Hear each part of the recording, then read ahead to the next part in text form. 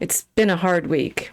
It's been a hard week to be on the internet. It's been a hard week to watch our countrymen drown, and not be given aid, or be given aid, and the government hold.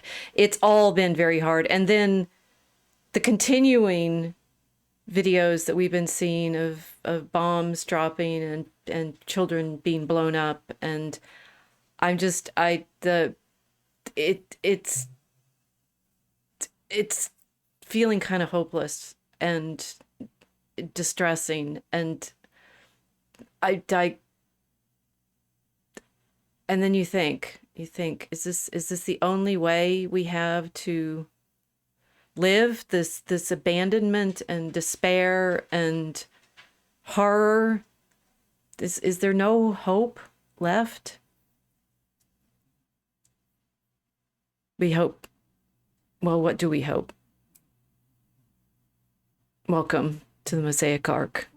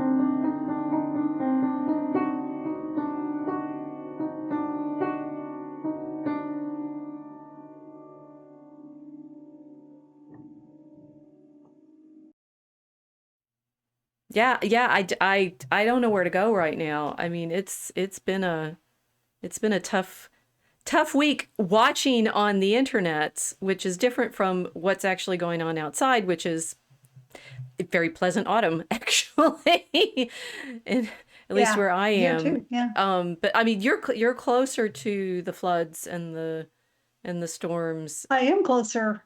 It's ironic. The East Coast people want to keep away from hurricanes, so they go up into the mountains. and there it was You in know, the and it was mountains. catastrophically worse. I mean, this hurricane hit Florida, and it's part of it's been devastated too. Yeah. But the waters recede pretty quickly there. Not so in the mountains. Um, yeah, I'm going to try not to say too much. Right before we went on, I said now I'm sad, but it's a step up from murderous rage, which I had been feeling just a minute ago.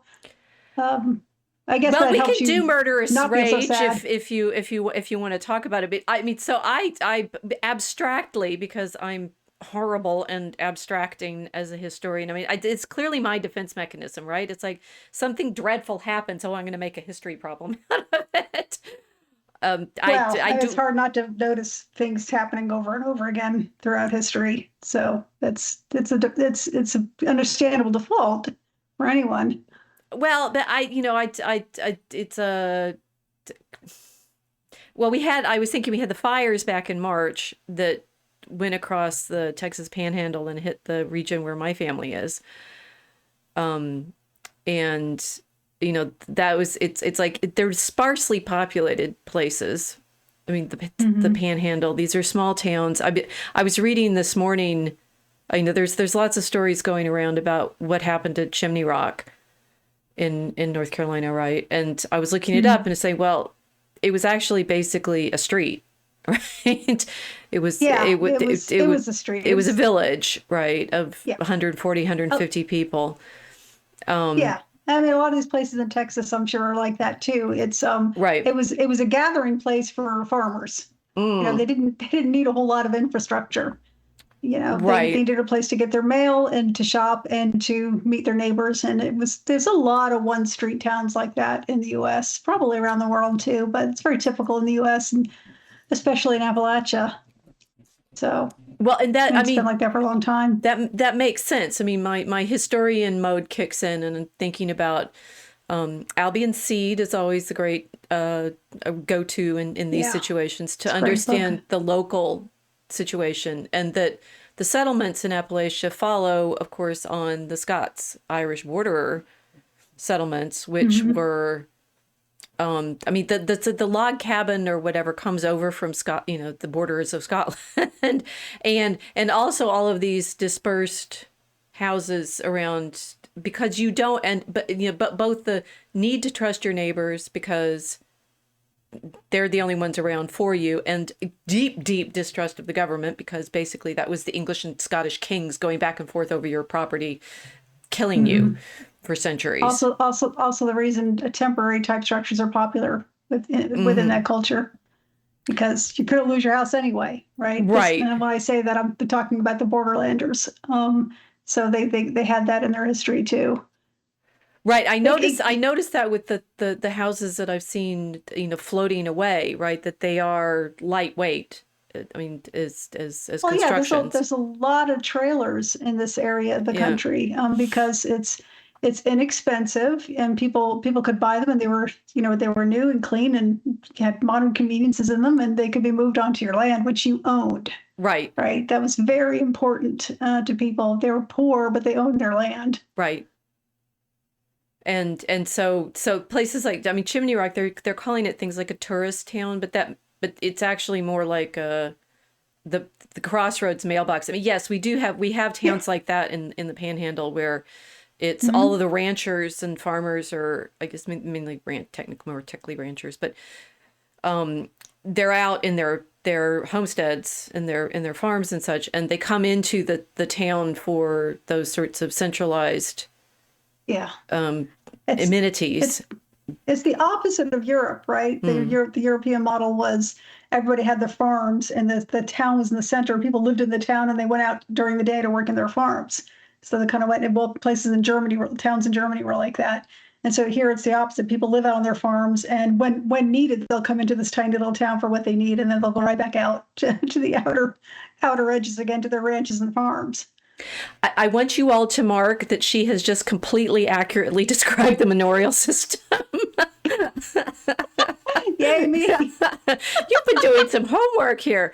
No, yes, it's like villages. The manor of Walton that I teach when I teach my Eurociv class is one of those. It's like these.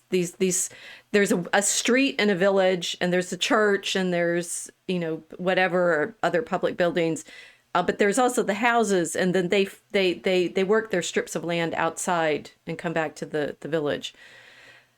Anyway, this is horrible abstracting. Like, oh yes, they're people who have watched their families die in the last week, and we're abstracting it to the field system in England. I mean, it's just it's Well, so yeah. the horror of what has just Well, happened for this region, but yeah. and of course, the from the satellite picture of how it's all lost electricity, so it's been wiped off the It looks internet like North Korea. the internet grid that we live in these streams. And so it's like that they're still, I mean, I saw Elon Musk posted on X a video of some people flew over. I couldn't tell whether it was a river or a road, right? Because it's flooded, but one that there were fairly substantial houses still standing, the Hmm. bigger places. So is it a resort area? You said the people are moving up there in there to get out of Well, the was he coast. flying over Chimney Rock? No, I'm not sure where it was, but there Okay. were Well, there's a fair okay. number of Western North Carolina. large Yeah, buildings. Western North Carolina has a lot of uh, hiking and waterfalls. It's stunning. It's beautiful. I Hmm. was there briefly this past summer, and I said I can't wait to go back. I'm gonna have to wait to go back because Right. the entire Western North Carolina has just been completely devastated. I mean, even Asheville, which is a major city in Western North Carolina, the third biggest city in the state, it was completely underwater, Yeah. and it's shocking to see. But a lot of people will have homes in the hills, really expensive ones. They're vacation homes. Um, there are a lot of poor people that also live because they're very happy living out in the country where their grandparents lived, and they live Right. very modestly. They don't live in big homes, and these are the people that lost everything. But Right. yeah, there are some substantial houses there. People will go there. They'll retire there. They'll build nice big houses in the mountains, or they're and where they're close to towns like Asheville. Hmm. If you know, or if they want to go out to a restaurant or something like that, it's actually a really nice area. Um, Nice as in beautiful, and it attracted a lot of money over the past 30, 40 years, I Hmm. think, for that reason. So the big houses you're seeing, yeah, they do have those. So you got a mix, you have a mixture of poor and rich throughout that entire area. But Asheville's the only place that's maybe concentrated. I think I saw a town close to it called Hendersonville on YouTube. It's Hmm. where I usually watch all these videos. Also devastated and underwater. And this was also a place that people were moving to retire to Hmm. because it's just so pretty and the weather's very mild there. So, people when they're getting older, they like that because a lot of Northeasterners, especially if they don't slip on the ice, it's important to be able to get around. Right. So that could be what you were seeing. I saw one video of a man standing in what looked like a mid-rise. This might have been Asheville, Mm. and he was filming the whole thing, and he's watching a building. I mean, the water was above the first floor, so he looked like he was maybe on the second floor because it was right up to the bottom of his window, and he was Hmm. well above the street. And a roof that looked like the size of a small warehouse was coming at his building. Whoa. And the phone lines were still standing, the telephone poles, and it split it. It went through it like this I've and just seen split that it in one. two. Yeah. Yeah. And he's like, oh, don't hit our building, don't hit our building. And I'm thinking, this man has nowhere to go. The man filming this, if it does hit his building, he's dead. He's going to die. It's going to collapse and he's going to get stuck under debris and he'll drown because that's what happens in situations like this.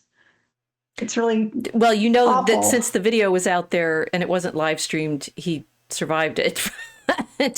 Yes. I mean that's Yes. the sort of the kind of if someone was able to get the video out, there's still you know Well, not necessarily. I mean, well you can live stream this, right? And that has happened before in other situations. yes, yes. Yeah, but I don't myself really want to comment on the people in our government preventing people from helping. Got this special place in hell for them. I'll say that much. Uh, Well, so this is some of the layers of meditation is, I mean, it's like so we're talking about, it's a place where people have lived for generations. The people that came there were, I mean, the refugees, as it were, from the clearances and the land grabs in the old mhm. world. There's there's money there now too, which are people that are, it's the sort of usual mixture that we get in our beautiful regions, right? That you have these beautiful mountains and people either live there very poorly or move there and live there very richly. But, Right. it may, I know this from the West too, right? That there's the very wealthy ski areas surrounded Right. by, For Hawaii. yeah, Hawaii is another good example. yeah. So we have this. Then there's the other layer of being mad at the government. And how many layers of angry are we at the government by this point? How many levels of hell are there? I haven't gotten through Dante's Inferno yet. Well, fraud's the worst, I'm right? I'm So sure I I'll mean, see if them. fraud's I'm sure I'll involved, see it's their types there. yeah. Well, okay. So no, Ugh. one is. I mean, oh well. Of course, we have hurricanes like this. It's climate change. Yeah, we have, yes, you're right. We have hurricanes like this. We don't normally see the evidence of it from space. That's the new thing. Okay, so We weren't there in is human this. history normally relying upon electricity as we have been. So, Is it yeah, simply a natural disaster? And, this is what human beings have had to cope with all along, which it's is, a natural disaster that's being made worse by bureaucracy, which has also been going on for a while. Yeah. right? That, well, except, I mean, things like the clearances were land grabs. I mean, this is what's the irony Yeah, of some of this, right? Because the other layer is, somebody made it rain that hard.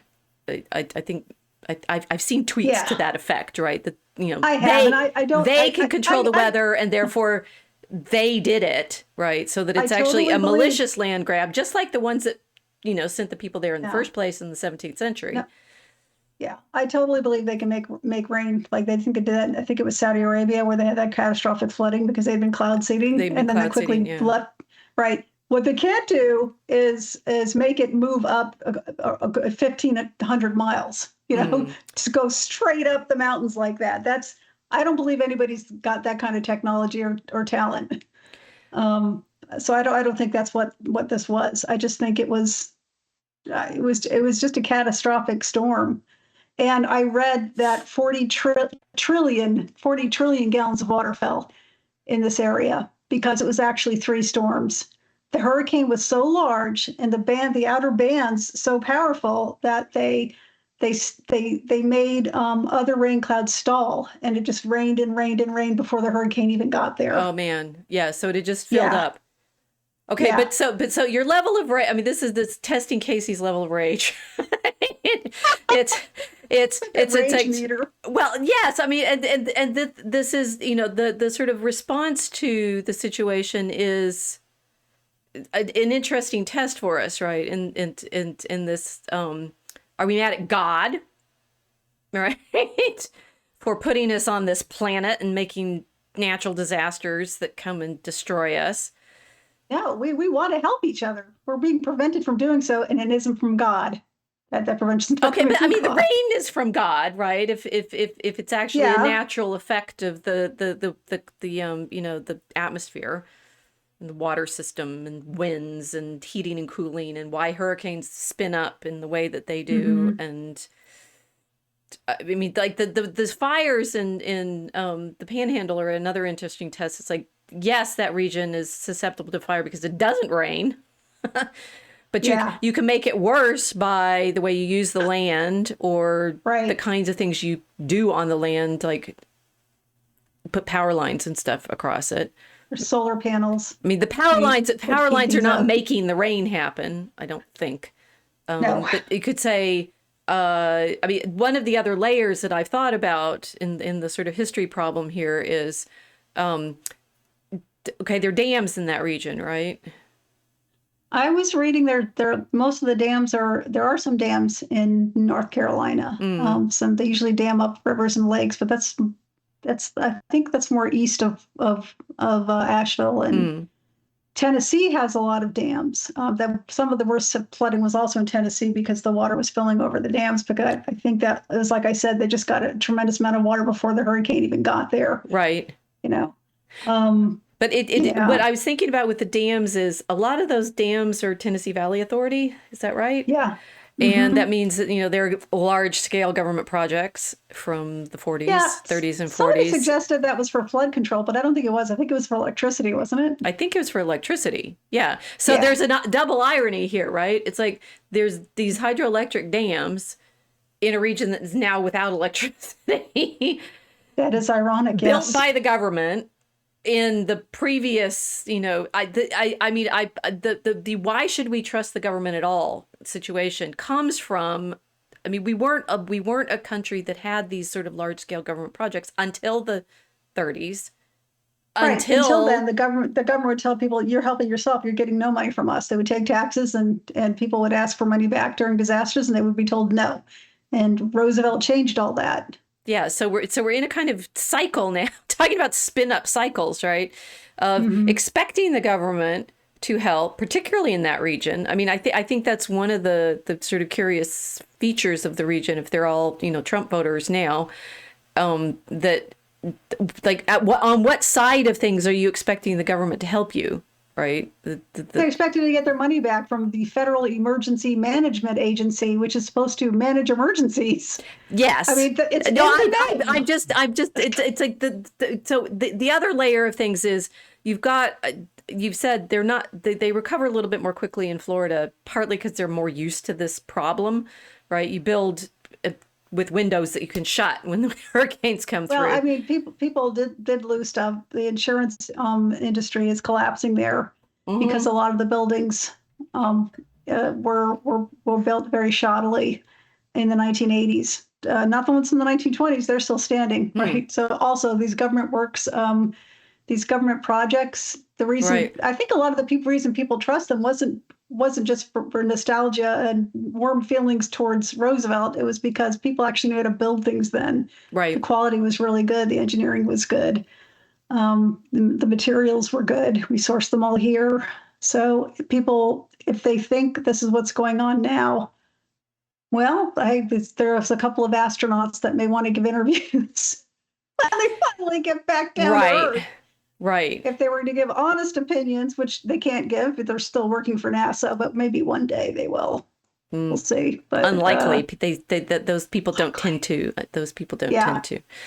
Yeah. So this is like, so it's the where to blame problem spins up quite, and so I mean, I think we've seen that the default, and this, I find this always intensely reassuring, of course, that the default for Americans in these regions is suddenly spring to help your neighbors, and they did that in Texas too, instantly. Yeah. Once they got the fire, people you know, helping with the I think- fires and bringing supplies in and things like that. I think people do that everywhere, though, around our country. From what I've seen, you know, True, fair. they get more opportunity to do it in the South because it tends to be more prone to things like hurricanes and massive flooding. Yes. So and fires. Yeah, just in you know, Texas. the thought experiment. Europe doesn't tend to have these kinds of natural disasters. They have, you know, They do. No, they don't. Like they don't They have. have catastrophic flooding there. Oh, they have. They do. Oh, and no, this is my husband from, you know, who grew up in York. When I was saying it's flooding in North Carolina, he says, we used, you know, when we were in York, we always knew that, you know, that line was the high water. It's different. Right. They do definitely have flooding in the Low Countries because that's undersea already. Right. Yeah. And I think they certainly had terrible flooding in Germany a few years ago. Germany and France also was really awful. But what I was thinking of Ireland, is they don't have over tornadoes. Not like we get them. They don't do get them, right, which surprised me. They don't have tornadoes. They don't have the kinds of weather systems we do because of the shape of our land, right? Yes. Yeah. So, you know, but someone needs to do proper studies of this, of like, you know, the geographical history of our cultures or something like that, because in the Low Countries, yes, they got really used to dealing with the flooding because it did all the time, and you had to, I mean, you could flood it to get rid of your invaders too, right? It's like, we'll open the dams and sweep away the whichever invading army is coming. Yes, that's actually not a bad idea. Yeah, exactly, right. So the sort of the mixture of response to the natural environment versus feeling like you're got at by the natural environment, versus, you know, whose fault is it that it just dumped? I mean, like a 1 in 100 year level of flooding. I mean, it's like, I think it was 1,000-year flood. Okay, something like that. You know, which doesn't mean only once every 1,000 years, as I read once, but I don't remember the explanation. It's the average, right? So it could happen twice in 10 years, and then not for another 1,500. You know, it's like it averages out. So yeah, it's not like, oh, now we've had ours, it won't come back for another 1,000. Yay! Build that vacation home. No. That's not quite the way it works. But there is the, you know, the situation of one of the things that happens. This is particularly in Florida, right? They're always building onto land that doesn't exist. It's a little bit like the Low Countries, right? We're going to landfill stuff and build onto it. Yeah, there's a saying in Florida. It's like the Florida belongs to the ocean, and one day the oceans will take it back. Yes, it's a scary thought. So you're sort of renting it from the ocean, without climate change, right? Yeah. Yeah. I am actually going somewhere with this meditation. We're not just ranting, although that will be okay too, because we're really upset. We don't own our own helicopter, and Well, yeah, but I mean, but we wish we did. there's also it's interesting. So and then and then should we actually be more worried about the war that's happening, across the ocean? I should be worried. Yeah, I should be worried about you doing what we want, Congress, and getting us out of it, and keeping us out of it, because it isn't our fight. That too. Okay. What's the proper response to all of this? I'm going to say something really stupid. Well, it's not stupid, it's smart, but it's something everybody always says. The proper response is prayer and fasting. Fasting's the other one. What would St. Francis say? Since this is in fact his feast day, and you realize, it's meditating on the effect of being in creation, which is sort of sobering and yeah, Sister Water is our friend. Sister Water. She doesn't hate us. The sister. Well, this is right. And I think that, so we wanted to talk about St. Francis today, and then I was trying to make the ad for tonight's stream to put the poster up, and I was like, let's sing Brother, Sun, and Sister Moon. And I'm like, I don't feel like doing that. I don't feel like it. I don't feel like doing that at all. I can't imagine myself frolicking through the fields with. Oh, I forgot what his name is. Graham Faulkner, I think. The young man. Was that the actor? Yes, the young man who played, Francis in the Zeffirelli movie, and Donovan songs, and it's all, God, yes. Oh, come on! It was lovely. What are you talking about? And there's Claire, all sweet and blonde and frail, and Francis, butt naked in the plaza because he's throwing off his clothes despite his father. I don't think it was spite, right? That's not spite. His father's come and said, "What are you doing?" And you actually, what Francis was doing in that scene was donating his father's property to fix the church. Right. And his father, who was a great cloth merchant, said, "That's mine." And Francis said, "Okay." And his father said, "And those clothes that you're wearing, those are from me too." And Francis said, "Good." That did seem a little spiteful, although I don't know. Francis was a real spiritual judo master. He would take all these hits and take the energy from them and just redirect them right back at the person who threw it at him. Indeed. So in our "what would Francis do" mode, right? This is, if we as Christians have a response to all of this. Help your neighbor. It seems default baseline, right? Mm-hmm. But the sort of feeling of this being got at and just over. I realize I'm sort of weary of, on all sides. It's not just with the flooding and the terrible descriptions of what people have suffered. But we're how many days out now from the election? Oh, I guess it's technically almost exactly a month, right? Out from the election, and the sort of. Yeah. You're angry with the government, and we're sort of saying, at what point is there even a government that is working in our interests, as opposed to just tax farming us and sending the money to things that we don't vote in favor of? No, they've been tax farming us since at least 1940, maybe earlier, and it's been for foreign wars over and over and over again. People talk about the petrodollar. I don't think it's a petrodollar. I think it's a war dollar. Our economy depends upon it. So we have Daydreamer. Hi Daydreamer, and Evita is here. Saying we expect the government to help even though it's useless because we give an obscene amount of cash to the government allegedly for that reason. Well, yes. Yeah. And talk about, I spent last weekend reading about World War II. This was supposed to be a break from thinking about World War II, but we're back there. So, okay, how is this war dollars? Yeah, well, see how it infuses even conversations in 2024, right? Right. Well, yes, with the Tennessee Valley Authority, and then what should we have done with the war? How did we get out of the Depression? Oh, we went to war. Yeah, it's the cycle. Yeah. I'm not going to pretend to know too much about the economics of the 1930s. I read that the Depression was ending anyway. I mean, certainly people's cash didn't all completely dry up, right? There were people who had their wealth intact all throughout the 1930s. The Kennedy family did, right? Oh, yeah. Just as a most popular example, right?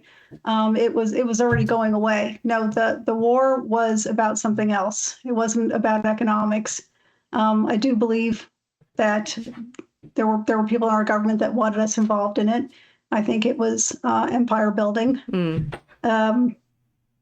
That's what I think was going on. It was Eisenhower who coined the phrase the military-industrial complex, and that phrase has been, at least through my life, has been ascribed to, hippies and peaceniks, right? Right, but it was Eisenhower, yeah. Right, it was Eisenhower. They would say it derisively, as if to mock people. But I think that man was pretty smart. I think he knew exactly what was going on, and he wasn't predicting it. He was highlighting it, and there's been a lot of money made over and over again on this.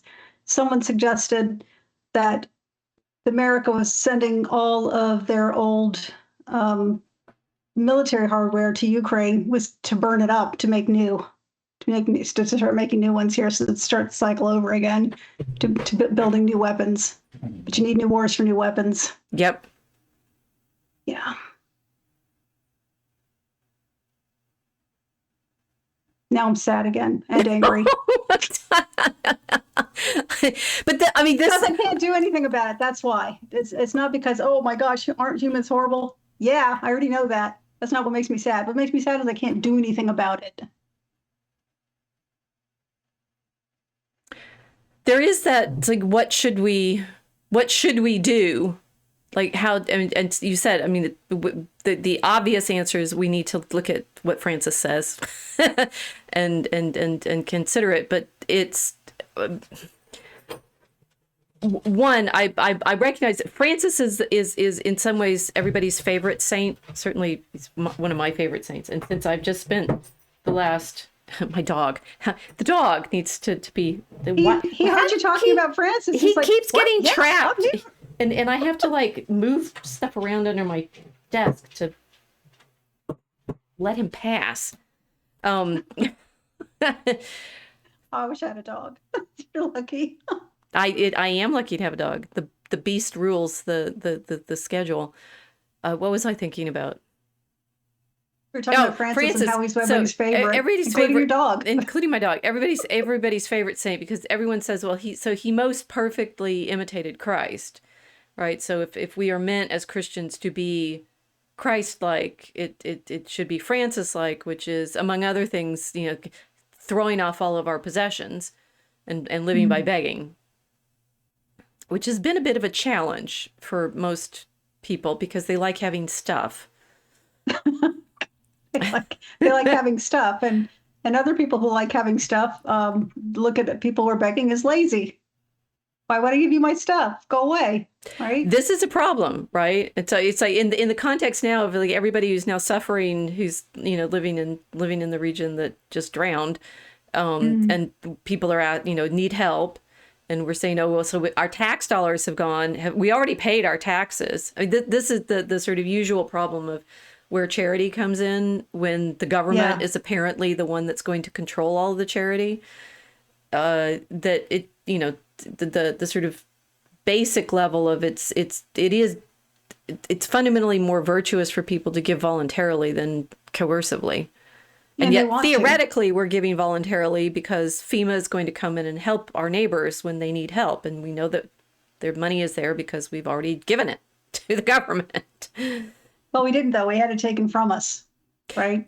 So it's coercion. Well, the thing is, I think people who are going to be voting for Mrs. Harris in their imaginations pretend that that's what happens, right? We voluntarily give our money to the government and it gives us nice stuff, right? What would Francis say to that? What Well, Francis would be trying to take his helicopter up the mountain and being told he's going to be arrested if he tries.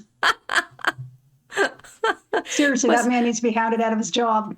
the And one the polite one who society was the doesn't one belong who in was it. trying to stop the guy trying Yeah. to help out with his helicopter. Which, okay, side note, right? The guy flying around with a helicopter rescuing people did have all of the right training, right? He was actually, Yep, he'd been doing it for 10 years. yeah. So it wasn't like just some, And his helicopter vacationer could with his get into small helicopter. spaces the military helicopters could not.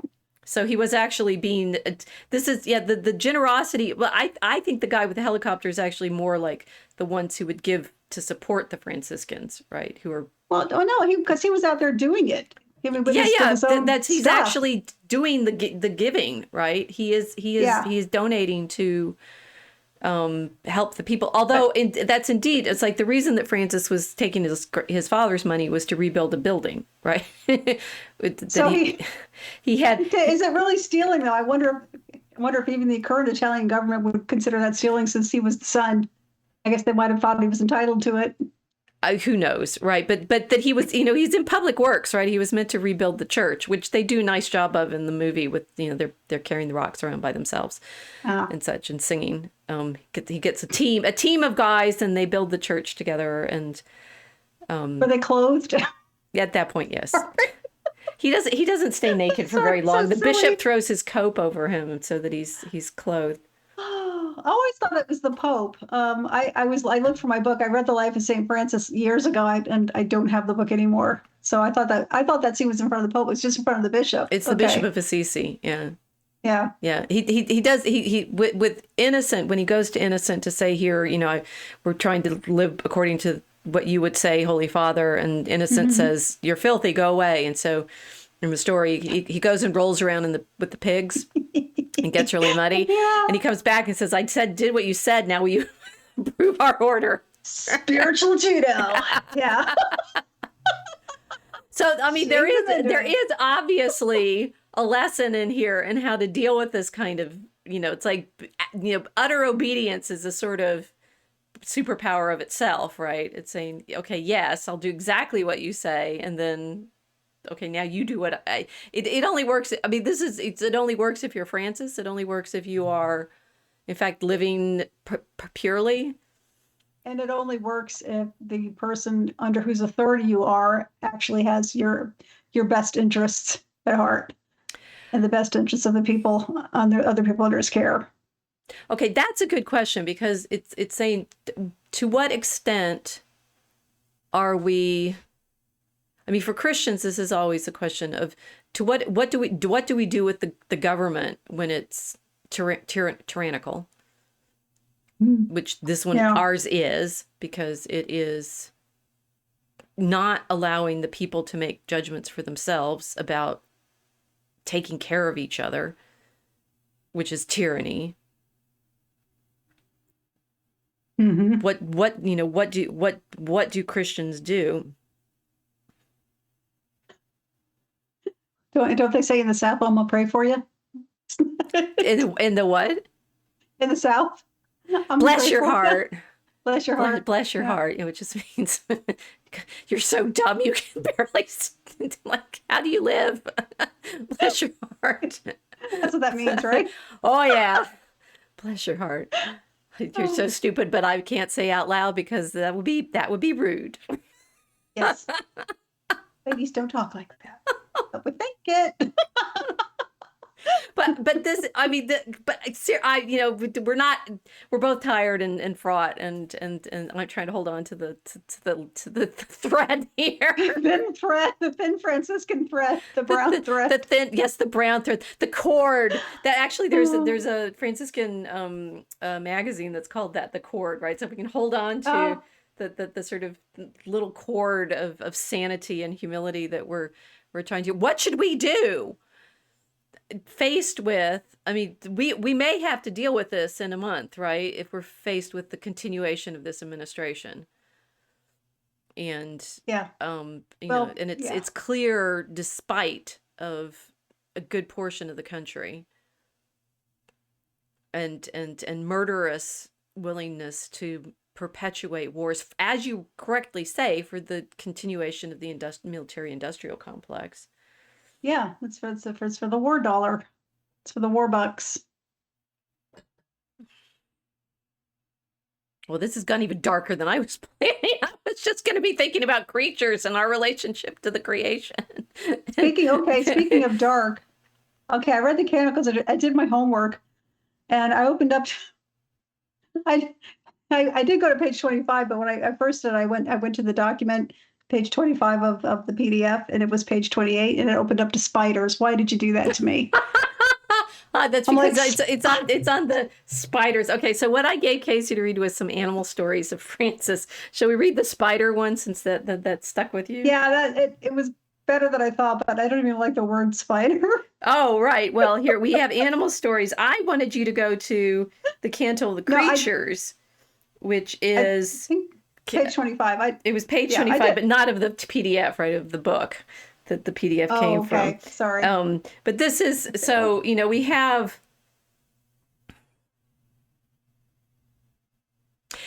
it's a challenge for us because we're kind of in this environmentalist movement moment problem of what do you do when when it rains on you so much you drown, and you blame. It's like, okay, so the layers of blame that I was thinking about. One, climate change, right? Which means we're just all, insofar as we try to do anything on the planet at all, we're evil. It's the way I hear climate change, right? It's like we are using forms of energy generation which don't exist in North Carolina right now because it's all been wiped out. To fuel our cities and our lights and our communication and our movement and our production of stuff and all of that. If we would just, it's a kind of radical, like poverty imagining, right? If we would just stop doing all of that and go back to the land. Something I'm not sure exactly how,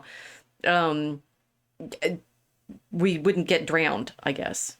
The people that were living on the land are the ones drowning, right? Right, but the climate, it's like, let's just hold on to the climate change claim to start with, right? It's like we deserve to die because it's our fault. There's an absolute suicidal element. We deserve to die because our existence on the planet is disturbing to its natural cycles. Never mind that its natural cycles always included the hurricanes and the tornadoes and stuff. Mm-hmm. I really think there were hurricanes and tornadoes before the Industrial Revolution. I'm really pretty sure about that. Yes, there were. Yeah. But climate change, these people living on the mountains in North Carolina deserve to die because they are part of a system that, because of its energy generation and consumption of material productions, creates worse weather events. I think we've stopped with the rising seas, right? Because as someone keeps pointing out, there's old pictures of the Statue of Liberty with the water level exactly the same. Right. It's okay. So maybe it's just the weather systems now are worse because of the people screaming change. About climate change the most, these really wealthy celebrities, keep buying beach property, keep buying properties in Venice. Venice is actually sinking. It's literally sinking, like quickly. because it's built on, it's like the Low Countries, right? It's built on land that wasn't there. Well, it's built on land that wasn't there. It was perfectly stable before the era of cruise ships pulling up to it, and the wakes constantly wearing much faster than nature would have. They've worn away the land barriers. Yeah, that makes sense. Yeah, so they've stopped that to try to reverse it. But yeah, the people screaming the loudest, on their face, they're not just massive hypocrites. What they're doing is so obvious that they're clearly lying. Right? You don't say the world's going to end in 10 years and then, buy a beachfront property in Hawaii. Right. No, what I tend to hear is there are too many people in the pretty places that we like to be. It's exactly what it How is. dare there be Yeah. those poor people in their mobile homes when we could be Yeah. building a chateau on the, yeah, I despise them. I really, really do. It's like, you know, it's like, No. how dare these people? The landscape was so much better before all of these mobile homes came in. So, Yeah. so you want to be able to build your house in this landscape, but you Yeah, but don't their want house anybody, is pretty you don't and the want to people are have anybody pretty. else, and the people are pretty, right? You don't want anybody else to enjoy that landscape. Well, how can you enjoy it if everybody's got it? Well, Star-bellied sneeches, I do. right? Yeah, but I do think it's like, you know, landscape, it's sans people is the sort of fantasy here, right? That we have, you know, all those hard, I mean, and people do it on the other direction too. It's like all those horrible people in cities. You know what I think about cities, right? Greatest Hmm. construction that we, you know, the greatest artifact of humanity is our cities, plus everything else, right? The whole connection of it and stuff like that. It's like people imagine. I mean, I think we could build our cities more beautifully now, and it Hmm. would be truly appropriate and beautiful if they all looked like Assisi, which I don't think I'm showing Assisi here now. I'm going to Oh, is that skip. the one on the mountaintop? I'm skipping over. I'm just going to say the Cross of San Damiano. We'll come back to that, but Okay. here we go. Oh, here's more landscape. I here's Francis talking to the birds again. I'll get to Assisi here, right here. You know, it's like town with landscape, right? We all want to live in Tuscany. And how dare there be, you know, more people who want to live in Tuscany because it's so beautiful, and you know, if they put all their mobile homes down there in the valley, they deserve to die because, That I'm laughing because that was literally an episode of Seinfeld oh yeah, 30 something years ago. what? That one of his friends had a villa or a condo in Tuscany. And he Mm. says, "Oh, I'd love to see that. I'd like to. Can I get it?" He goes, "No, nope, they're all full up. There's nothing Oh left." yes. Can't get one there, What? And but all of Tuscany. He said, "Yep, all gone." So this is this is very much what I often hear when people are complaining about this kind of thing. It's like there are too many people, and those people don't deserve the beauty that I'm enjoying. yeah, yeah, it's this illusion of rarity, right? Because if everybody has it and it's not rare, then I don't feel special. And me and my friends don't feel special. It's increasing the value of something. And this like and you already pointed this out. This has a long history. I mean, the land clearances weren't really about aesthetics, but it did develop into that at some point. I visited. Oh, I wish I could remember the name. My husband's not around to ask him. I visited what's a landmark in Northern Ireland now. It was a manor that about 100 and something years ago. That's exactly what happened. There was a lot of poor people living on the outskirts of what was this beautiful estate. And the man who owned it didn't like having to pass all of these poor people on the way through his gate. So Yep. he evicted them all. Yep.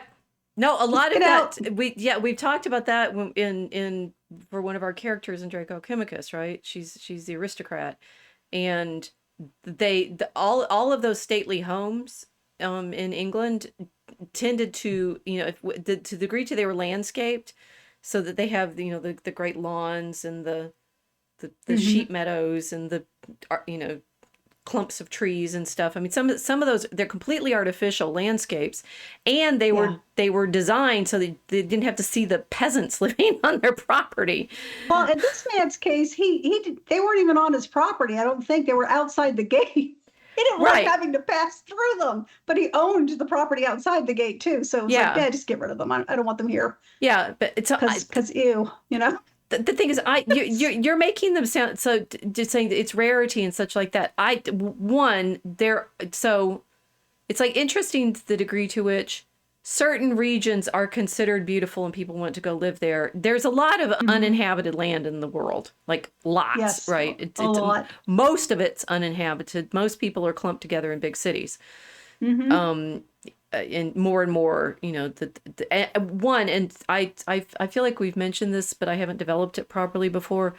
That the city and the countryside create each other, right? There's no such thing as Hmm. just rural, right? It's like Yeah. the city with its countryside, and this is very clear in Italy. The degrees of the towns like Assisi and the landscape around it. The landscape is landscaped by, thousands of years of cultivation, right? These are like, it's amazing to look at. Olive vineyards and stuff like that. It's not like pristine and pure and nobody ever touched it. The whole point is it's a big garden. So there's no such thing as the rural versus the city. The city, it like you were describing, the people on their farms come to the little towns for the post office or whatever, and they go back out to their farms. They exist together, right? So it's like if you had no little villages, you'd have no farms, and vice versa. Yeah, that's why they're there. Right. They go together, right? So, they come to the cities to pull resources. And that's much more concentrated in places like Tuscany, in that picture you showed. But it's the same concept. Because they I was actually happy to see that there were mules available to carry supplies in North Carolina. That was awesome, wasn't it? That was awesome. Mules are awesome. It was great. It's like they're having to resort to animals. And I'm like, this is great. They've got animals. Right? I know. That's what we should be. Human beings belong working with the animals. Francis' theme, right? Let's go back to here he is preaching to the birds, right? People belong with the animals. That is, if there's no other lesson that we get from St. Francis Day today, it must be we've got to get better about how we actually exist together with our animals. And that includes our sheep and our cows and, the species that we've domesticated. So we've got bazillions of them. But, it also includes the squirrels and the sea lions and the tigers and, the rare ones, the cool rare ones that people like to, the dog pandas. They painted the zoo. That was funny. Oh, God, I can imagine the trouble those people that ran that zoo got in. I saw one at pandas and they had dogs instead. Oh, no. Yeah, anyway. The panda was panting in the heat. And barking. I think the pandas were barking, right? It's like, okay, barking pandas. No. Anyway. It's the reason the reason the cities in Europe look so nice is because they were built by people who, walked and had animals, and cars are a big problem, right? It's like my dad always used to talk about how, you tried to take Americans away from the cars away from Americans. You'd have, a revolt because Americans love their cars. And our cities are constructed and sometimes have been destructed in order to make roads, right, for our cars. So legitimate concern, right? The relationship between our machines and our living spaces. It was funny when someone was saying, oh, they have to resort to the animals. I'm like, this is great. There's a mule train. This is brilliant. Right? Didn't they look like efficient and happy and just kind of relaxed? And they were just trotting along because that's what they were bred to do. Right. So they're doing what they were bred to do. That they're not unhappy. They're not, abused. I'm saying this because I just know there's going to be people out there saying that's abusive to force them to work like this. No, working animals are happy animals as long as you don't abuse them and overwork them. They're happy. Right. Some of the happiest animals I ever see are in the airport, right? The dogs that they bring around to search for all contraband. My dog gets to do is, entertain me. Right. Yeah. The sniffer dogs. Wow. They've got a job. Yeah. They are happy dogs. Yeah. They get to hang out with their person all the time. It's brilliant. So Francis' lesson, we need to be more integrated with the animals, and that's good. Well, I love what you pointed out was that the reason he was preaching to the animals is because the people wouldn't listen to him. Okay, so we have we're wanting to get to the creatures here, and we have you said we wanted the spider story. Where's the spider story? Oh. It was on 20.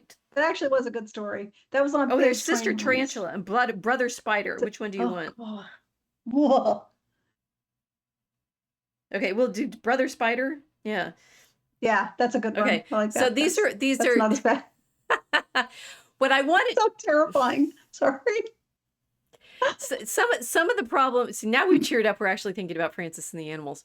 which clearly why everyone loves Francis, right? It's Francis and the animals. We want to be in it's like if a lesson that should come out of this. I mean, one the lesson with the landscape we need to consider a bit. This whole long meditation realized came out of whether or not we're responsible for climate change, right? The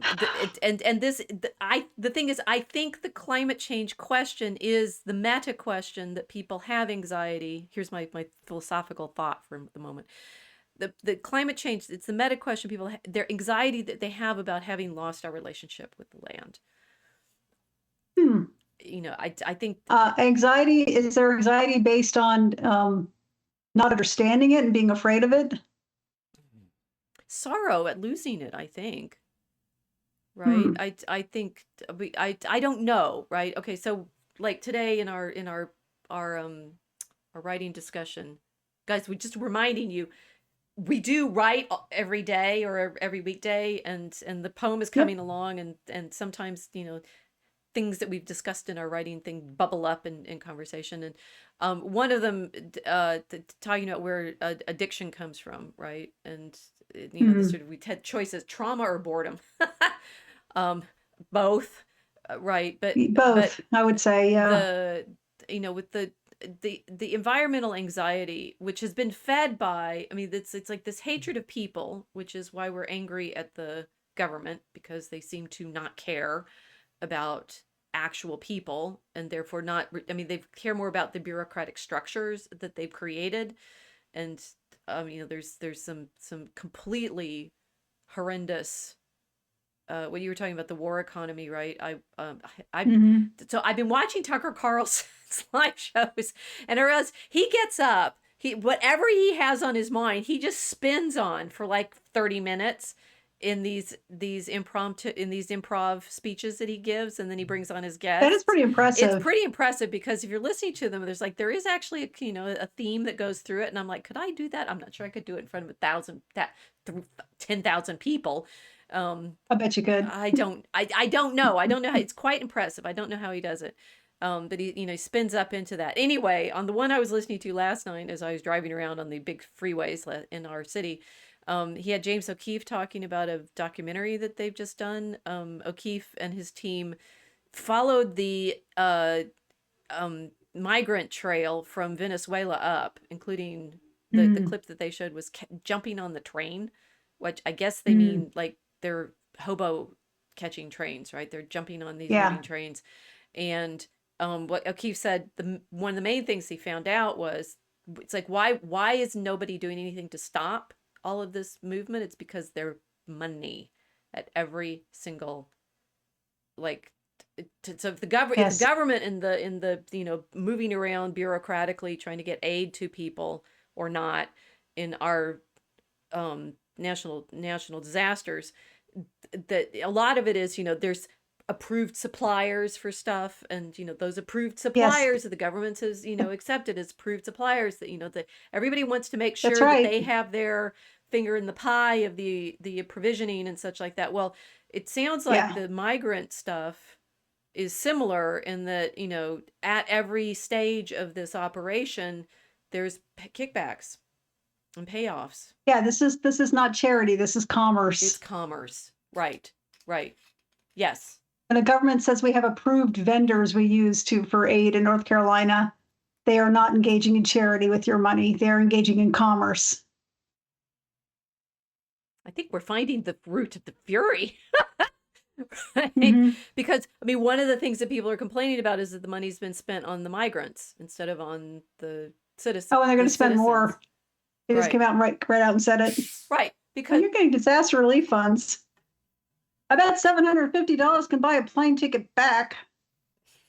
Right, but so the you know, the corruption and the kickbacks and everything is entirely embedded in this system. It is. I forgot where I was going. I couldn't do it. Tucker can do it. We keep getting Tucker can do it. back. I can't. I'm We should go back to talking about Francis. Well, but so the thing is, we're disentangling. No, it's this. What's okay? One, you know that my fury and feeling is people get. How's this for a metaphor, right? We get trapped in these systems and stories that we can't find our way out of constantly, right? We're drowning, if you horribly use the metaphor. Like a bad dream you can't wake up Yeah, from. we're You keep drowning in trying to finish it. all of these structures and systems that we haven't can't see clearly. And I mean, the thing that I think people respond to Francis in is he's living late 12th, early 11th, early 13th century. He dies in 1226. He dies when he's about 40 something. Because he Oh, we're coming up on the 800th anniversary then, huh? Ooh, very good point. And he was canonized almost immediately. That was like a humongous outcry when he died to canonize him immediately. It was within 2 years, I think. Yes. Well, and I mean, he had politically done things very smart by appealing to the Pope, and Mm. I mean, it was good that in his lifetime, the one he appealed to was Innocent III, who was actually quite like with it in terms of thinking about the kinds of structural problems that Christianity was facing in his Hmm. day. Interesting. That I think so the thing that the reason that Francis appeals so much to people is he does seem to have cut through a lot of the structural problems that people had in his lifetime. And that they have, well, on the one hand, ancient institutions that are sort of like embedded in the structures of everything. One, it's like how he knows what he knows as a Christian is because he studies with the Benedictines in Assisi growing up. Oh, But so you have these okay. old monastic, foundations, institutions that are centuries and centuries old that are stuck in with the landholding and bureaucratic and lordship relationships. I'm not sure in Italy whether they have military obligations too, but they definitely do in other places. Like in England, the monasteries even have military obligations, right? So they're there, embedded in the structures of everything. Um, Hmm. but for example, with the church that he finds this crucifix in, the San Damiano crucifix, um, things are falling apart, right? The buildings are not being maintained, or there's and people are poor and Sounds familiar. and that there are people, and the cities are growing, right? It's in a period of big, for building with rocks and animals, Hmm. big urbanization, right? In 12th and 13th centuries in Europe, the cities grow really fast. So it is analogous to some of what we're dealing with now of, like lots of people moving in from the countryside, big cities growing up. Not clear how you are meant to be Christian under these circumstances when your model for, piety for centuries had been give money to the monastery, and it, runs the agricultural system. Hmm. So they were depending upon it financially and socially Mhm. and spiritually. Right. But now one leg of that stool is crumbling. Well, things are changing, right? And this is, this obviously is why I like studying the Middle Ages too. Why the image of, oh, the Middle Ages, everyone's always like, if they don't study enough history, it's like, when did the Middle Ages begin? When they, it's like as if it's a single entity, right? It's like this Hmm. during the Middle Ages, right? It's like 1,000 years of transformation, Yeah. much more massive than in many ways anything we've experienced since. Hidden in ways because we don't always have descriptions of it going on. In other ways, because the Hmm. cities have been built over since. So, like the cities are where they were, but they've been rebuilt on. Assisi, not so much because they built the big church for Francis, and so it's still there. Grew up around it. Yeah, Huh. it's huge, right? It's mainly the church for the Now Franciscans. that wasn't the church that collapsed during the earthquake, was it? Yes, Which one was it? yes, Oh, yes. That was yeah. some of it fell down in 90. When was it? It was longer ago than I thought.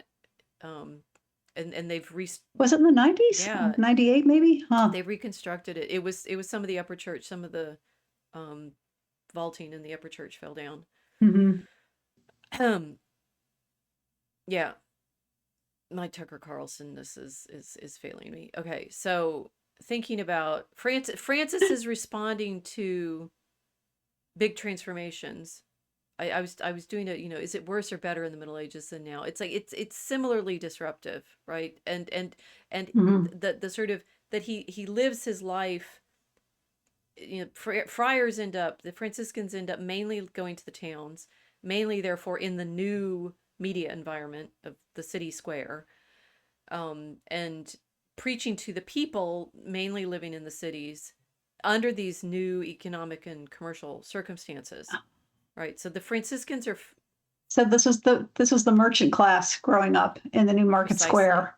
and that's Got why it. it's the story of him giving up the clothing that he had from his father. His father was a merchant, right? He's wealthy merchant, so he's upper class Hmm. merchant. But that Francis is like the embodiment of the problem of what do you do in this commercial, mercantile, connected society. And the next layer of what happens to the Franciscans is they very rapidly, men join the order all over from all over Europe, right? They're a big international, then a big interkingdom, right? Organization, and Yeah. spread incredibly rapidly.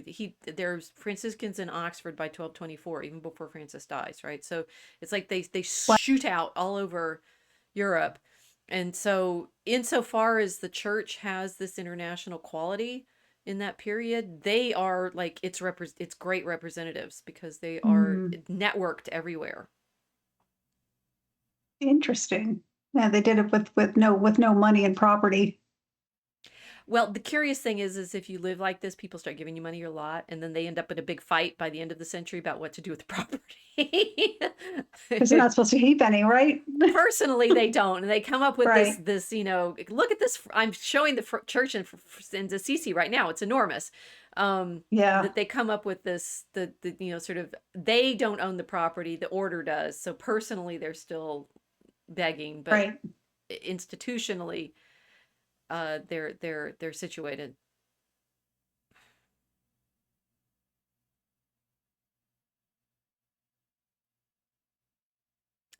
I still have this. We can read about the spiders, but I'm trying to make sure that I've unpacked all the nets. Have we achieved what our young Australian TikToker videoer maker says about the spider web of history, or have I The just History confused Bay. everybody because there's no linearity to this They need episode to. They at need to re. all? They need to remake a movie about Francis, and History Bay needs to be Francis. Okay, I am now I'm now doomed. I'm doomed. That's excellent. He would make a very good Francis. He would be He really the would. sort of Be a good actor. troubadour, Yeah. singer, performance. Yeah. Yes, well cast. We should suggest it to him. Somebody find his email. Um, okay. Somebody get a hold of Gibson. They're Oh both Australian. It'll work. my gosh, you're right. It would. What have I done? I'm sorry. I just completely derailed this again. Now I'm just happy at the thought of a great movie about Francis, directed by Mel Gibson. That would be That awesome, would wouldn't be it? that would be totally awesome. And okay, so no, no, Look at you you. guys, this stream has no structure whatsoever.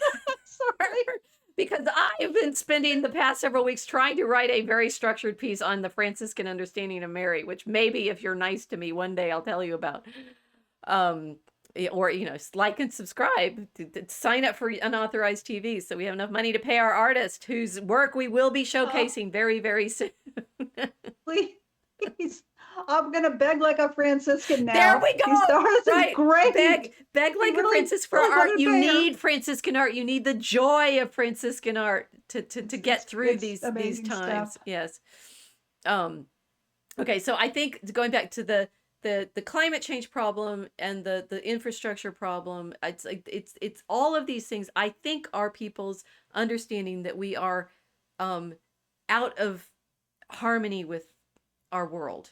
And that I think they're not wrong about, right? I think the premise of the climate change stuff is bonkers, but I think the feeling of not knowing our proper relationship to creation is actually accurate. Yeah, and sometimes that takes a hostile turn. I have seen articles where people said, "Well, screw the people in the country. They shouldn't be living there. They should be living in cities. That's a proper place for a human being to live."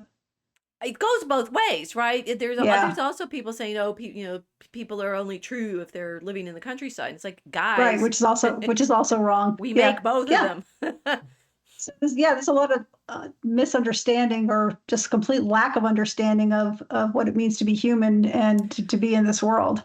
Yes. It doesn't have a single locational definition. I mean, we create things, we grow things, we live with animals, we keep them as pets and grow them as food. I mean, Right. there's many different facets to being a human being and to being a human society. Yes. And that we make things, right? So the craftsmanship, the Franciscans are the one of the things I have discovered in my studies with Mary is the Franciscans, they're merchant. They're not just merchants. They're the middle class of the cities. They're artisans. Yeah. Right? So they do find a place in their spirituality, both for merchants, right? They like using the image of, it's the image from Proverbs where the strong woman who manages her household, she's like Oh, a right. ship who brings her bread from afar. I know Ah, some very interesting meditations on that, of saying Jesus is the merchant in the ship that's ah, bringing her bread. So Mary, right?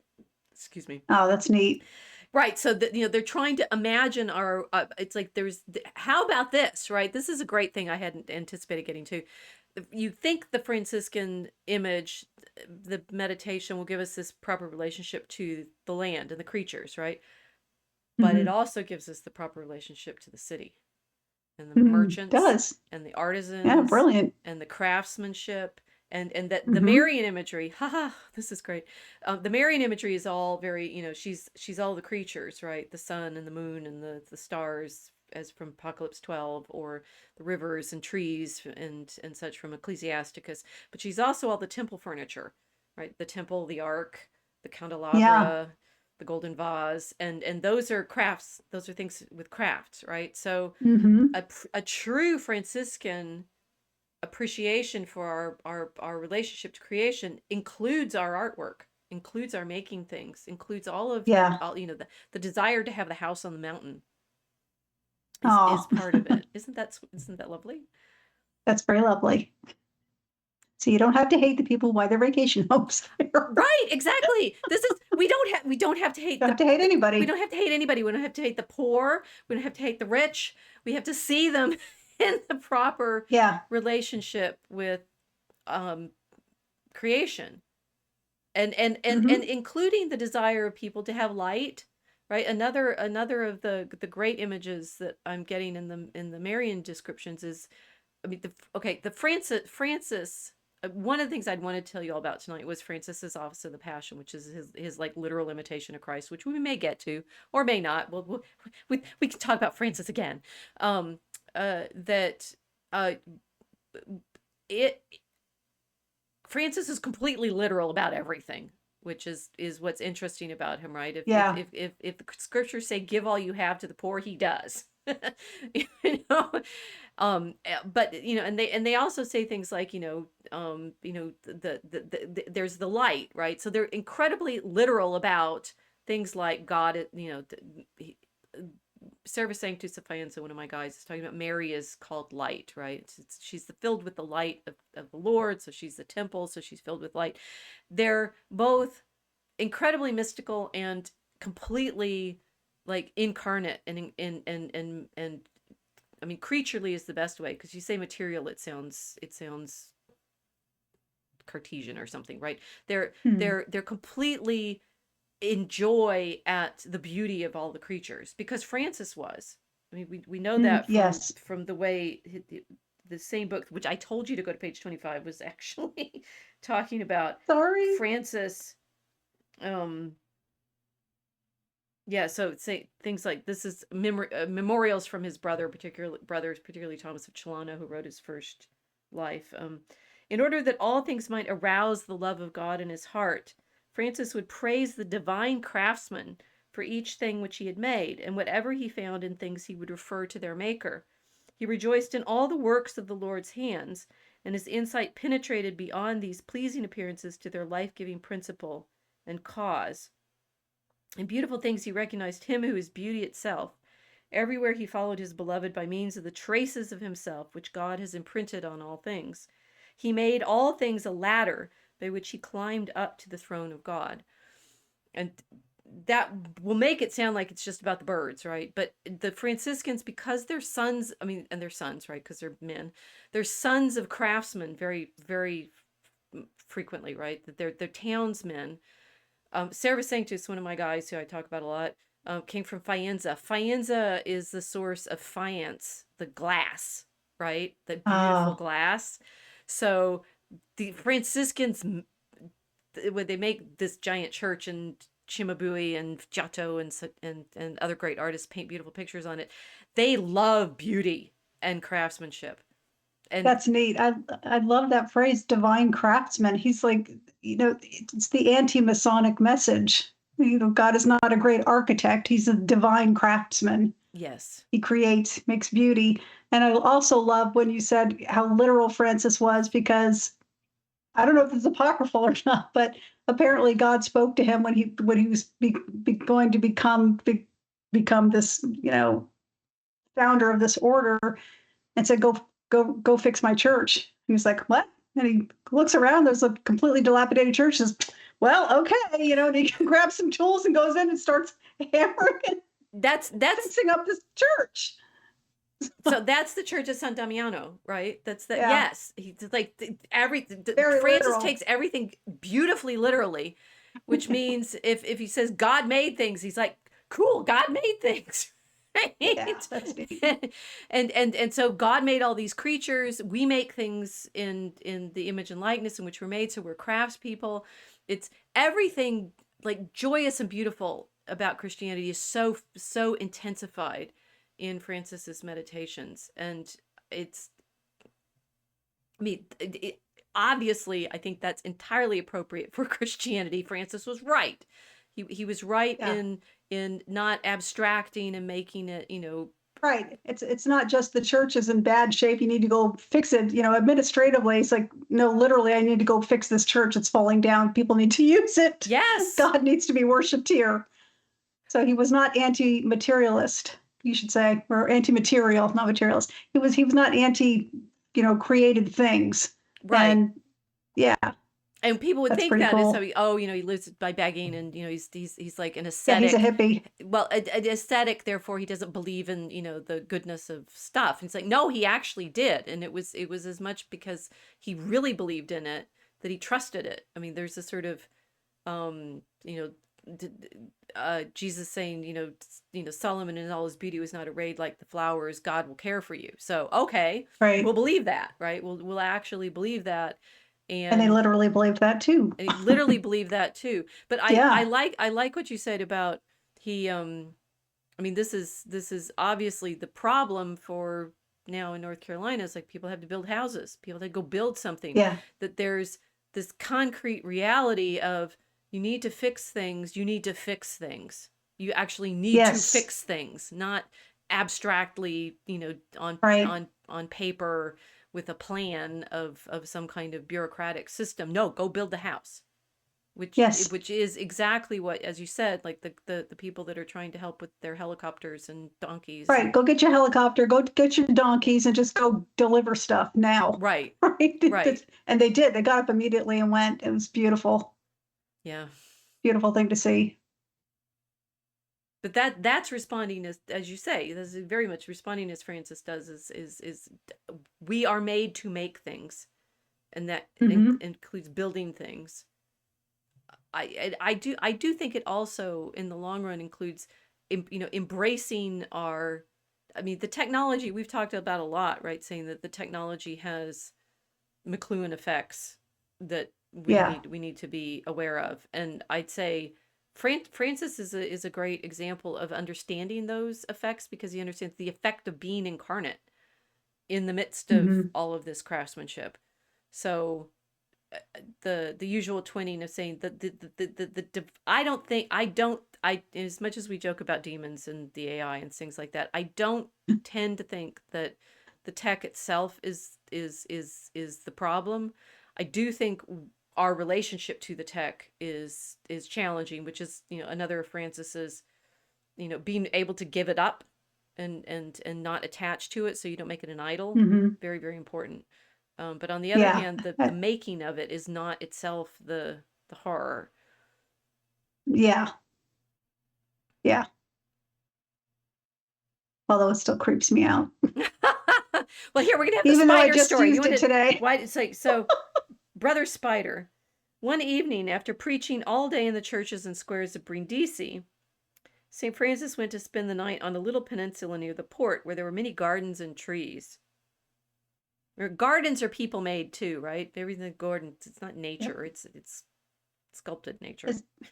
Yes. He found there an isolated little wayside shrine, poor and abandoned, in which there was a picture of the Assumption of the Blessed Virgin into heaven.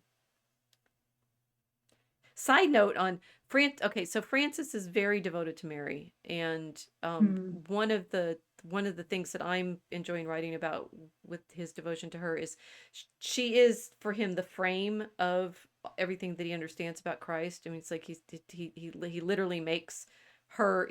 He has a salutation to her of her as the Virgin made church, which he means she's the church in whom Christ becomes incarnate. So he calls her palace and tabernacle and house. Mary's the house, right? So if you're rebuilding the houses, you're rebuilding Mary. Although he was tired, he prayed before this lovely picture while the last rays of the setting sun were shining on it. Then he fell asleep. They're also big into light, right? That's just the sunlight. During the night, an industrious little spider silently wove its web all over the image, hiding Mary's beautiful face. St. Francis arose before dawn and began to pray. When the first rays of the rising sun fell on the shrine, he noticed the thick spider web. And though the dewdrops on it reflected the sunlight like many pearls, he grieved at not seeing Mary's lovely features. You were given this one to be freaked out and land on. This is great. I know. So with bold zeal mingled with fatherly kindness, he said to the innocent little spider, see, the spider has obstructed Mary's face, but the spider's still innocent because the spider is busy building, right? And the spider's doing what spiders do. And the spider web is covered with pearl-like dewdrops, gemstones. This is a gem-studded spider web. Good, very good. Brother Spider, how dare you cover up the Blessed Virgin's face? If she never used a veil, how dare you put one on her? Remember that she was all pure and all beautiful, yet you want to darken the splendor that shines from her immaculate features. Okay, there's so many footnotes hitting me right now. No, because of course the Franciscans become famous as the defenders of the Immaculate Conception. But in this sense, it's like, see how it comes out of simply the desire to praise her in her beauty, right? She's all pure and immaculate and but covered with pearl like spider drops. No, that must never happen. Brother Spider, you did wrong. So now take up your delicate web, undo its net, and remove your work from Mary's face. Brother Spider hastened to obey him. It took its web away and went to spin it elsewhere. I wish the spiders would listen to me, but they don't. Well, stay out of my house. I would have more trouble with the Brother Snake story if there were one of those, right? That I'm not afraid of one. Regular spiders. I've seen bigger spiders that I might find difficult, but yeah. It's so there's lots of these animal stories. Some of them, like with the birds, right? He's the joke about the birds is he was saying he was preaching to the people, and the people weren't listening to him. And he says, "Fine, I'll go preach to the birds, and the creatures will listen to him, but the people won't." So there's this, it's like, at what point are you going to, you're what the ones with souls and reason and such, and you won't listen to me, but these animals will. It's a bit of a tease. Yeah, they're not using their intellect, the intellect God gave them, or their soul properly. Right. Because they can't even compare to the animals who will listen. And of course, what your soul is meant to be responding to is being in the creation, right? So at that point we have the famous Canticle of the Creatures, which is what we get when You have not Donovan singing Brother, Sun, and Sister Moon, which makes it a hippie song. It's actually a little more complicated than that. And uh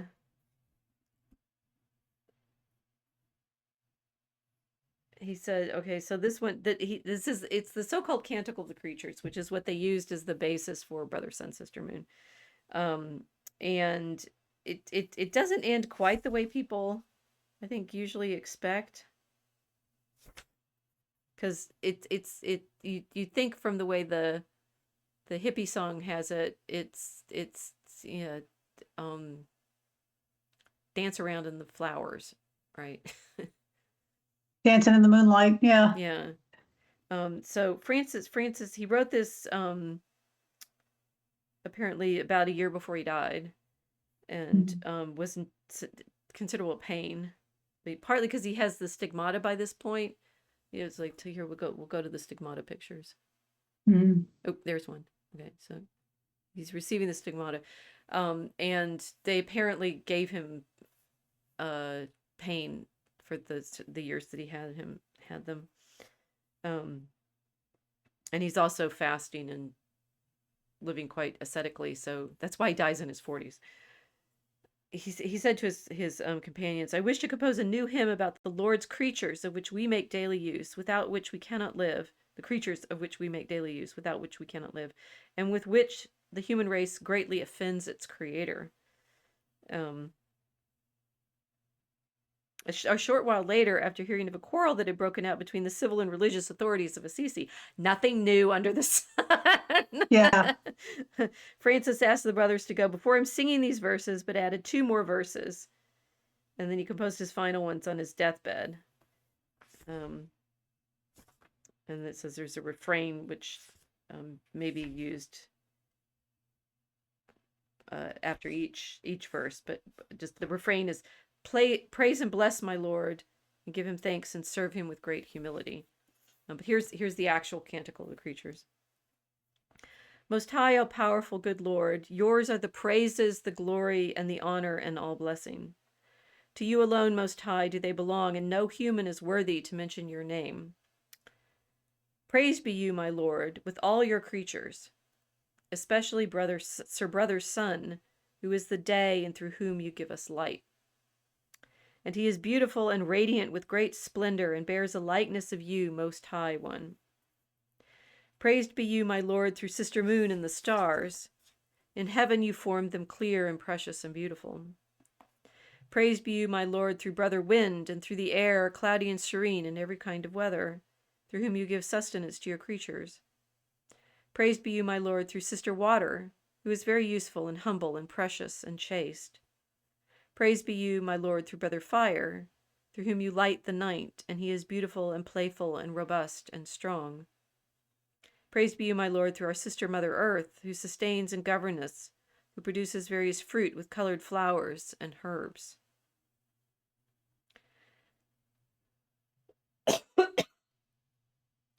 So far, familiar environmental tree hugging, right? Yeah. Sorry.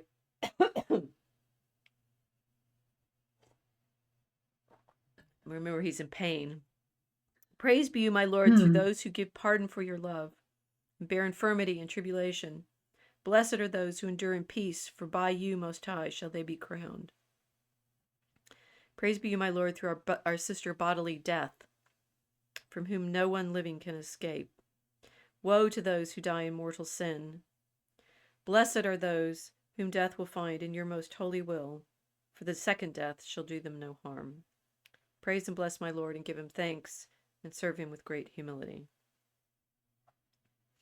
It's always a shock to find out death is one of them. I was going to say, the hippies probably don't like hearing about the death part. We'll just cut that part out. Yeah, well. It's a downer. And the thing is, the praising of the creatures is, you realize I think everyone hears Canticle of the Creatures and I think it's going to be about dogs and cats and stuff. Yeah, right. Right. And the created things. And it's not. It's about the sun and the moon, the stars, the wind, the water, the fire, and the earth. and so, in fact, about all of the things that are also dangerous to us, right? The wind and the water Right. The wind and the water and the and the fire. fire, and Right. the Earth has Hmm. earthquakes, right? So Yep. we're and that death comes at the end. I mean, the editors are saying that he added that on his deathbed. Um, but it's part of the same praise, because somehow death is also part of the praise of creation. Right. Yeah, it's interesting. All those things that he praised also bring death. Yeah. Hmm. Because life is precious and it's temporarily temporary. Right. So this, I was thinking about this when we were talking in our writing just now about the sort of the problem of time and what it means to be in time. How Hmm. we are, I mean, this hard, Tolkien thought about this a lot too, right? Between the elves and the men, that the elves are immortal within creation. So, I Hmm. mean, they can die, but they get reincarnated, or he theorizes it. He over theorizes it at the end. It's like, exactly what kind of force is this? Oh, midichlorians, right? As he goes to poor Tolkien. He started trying to, it's like he made these elves because he just wanted to talk about these creatures that, lived, had long lives, right? Yeah. Lived out spans of life longer than human beings. And then he, makes men come into contact with him, and then he starts realizing, it's like, you've therefore created this problem of mortality and immortality. And the elves are, apparently immortal, although when the world ends, they will end, but they can live. Once they're born, they can basically live as long as the earth exists, as opposed to men who die. And he, Tolkien tries to make this in his meditations on this, and Aragorn lives this out most clearly, that death is actually Iluvatar's gift to humanity, the human beings, Hmm. that we die. Which, Arwen on Aragorn's deathbed doesn't really like. She's like, wait a minute, this is harder than I thought it was going to be. Yeah. uh, and I have been learning more about Tolkien, and thinking about this book that I'm going to write about Tolkien's prayer life. He was, well, one, very devoted to the Immaculate Conception, and two, I you know uh, greatly devoted to Saint Philip Neri, whose name he actually took as his confirmation name. So he's actually Hmm. John Ronald Philip Ruled Tolkien. Hmm. The P is actually there in the signature. Oh. And Neri seems to have had some of the same kind of joy that Francis does, but the joy is in the midst of recognizing death, which is He hard. saw a lot of it. And He Tolkien saw a saw lot of it, didn't Tolkien he? saw a lot of it. We're back in the world wars again, right? Yeah. Um, so there's a horrible puzzle in terms of, the great heroics and charity and love that people are showing for each other in the disaster only comes about in the context of this terrible disaster, right? It's this Hmm. the almost the everything working all the time is more horrible than the potentialities of danger. I thought about this a lot after 9/11, and how, people seemed energized by being alive because Hmm. something disastrous had just taken place. Hmm. That can happen, I suppose, if you're very close to it. Yeah. But, well, And that happens to people who have near death experiences. I do wonder about this in war too, because this is a problem. That, war gives men great chances for heroism and self-sacrifice and camaraderie.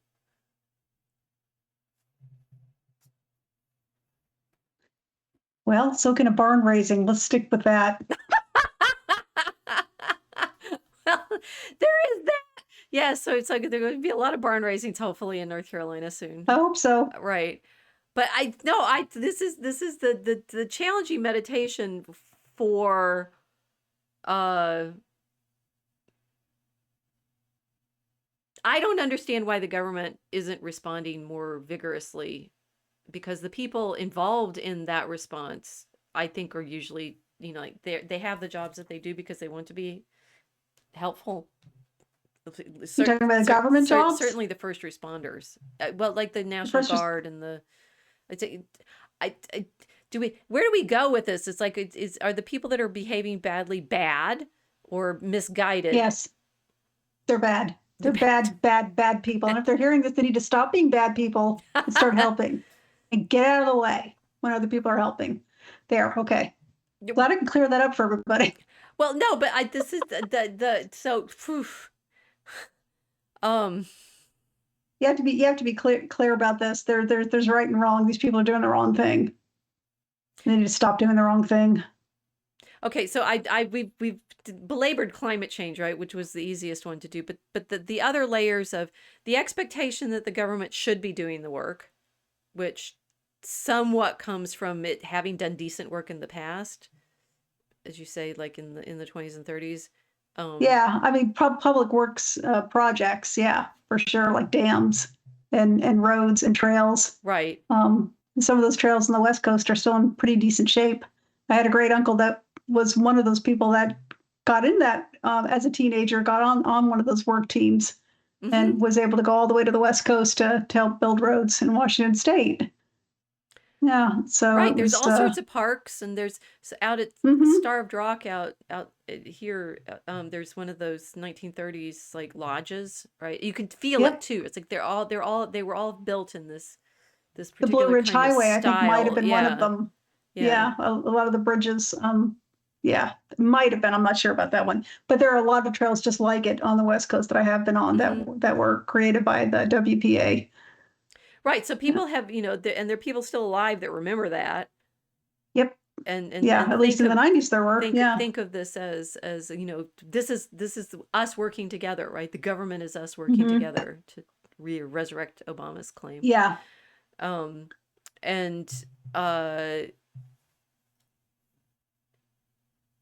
Okay, so we decided it's not the wretched poor people wanting to live in the beautiful places, and it's not the wretched rich people wanting to live in the beautiful places, and it's probably not being alive on the planet that's the bad thing. I mean, it's like it feels like in a disaster moment there is something bad, and we're trying to figure out what the bad is.